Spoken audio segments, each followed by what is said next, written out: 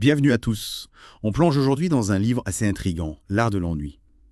Nouvel horizon créatif pour les seigneurs marocains, écrit par Adnan Benchakroun. Ah oui, un titre qui interpelle. C'est vrai. Oui, on a souvent tendance à voir l'ennui comme quelque chose de négatif, de stérile.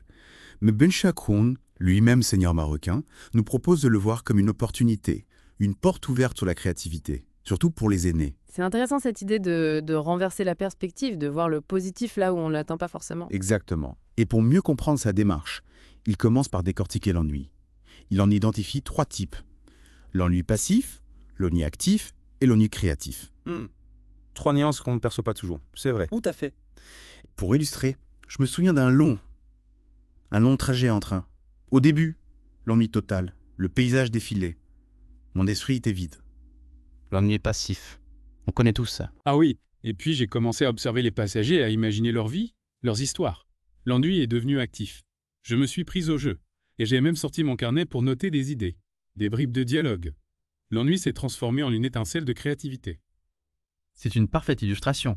Ces 3 types d'ennui peuvent se chevaucher, se nourrir l'un l'autre, comme dans votre anecdote. Et Benchakroun insiste sur ce point. Identifier ces nuances, c'est déjà un premier pas pour changer notre regard sur l'ennui. Mais au-delà de ce changement de perspective, quels sont les avantages concrets de l'ennui, surtout pour les seniors? Benchakroun met en avant plusieurs bénéfices.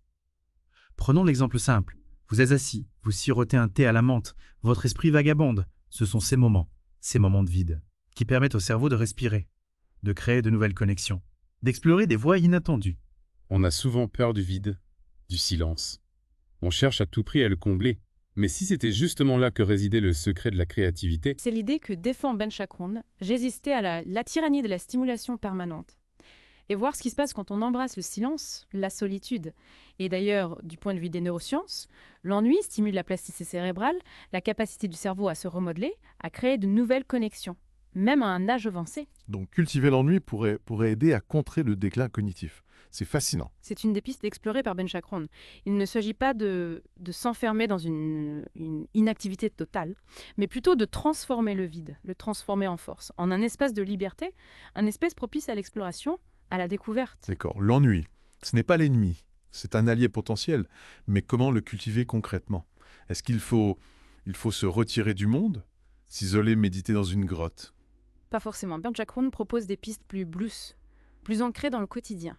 Il parle de créer des espaces de vide dans nos agendas, d'apprendre à apprécier la solitude, de pratiquer la méditation, la pleine conscience, des choses simples, accessibles à tous. Ce n'est pas si simple.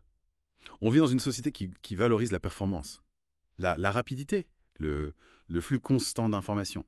Apprendre à ralentir, à apprécier le silence, c'est presque un acte de rébellion. Et pourtant, c'est essentiel pour laisser notre esprit respirer, pour que la créativité puisse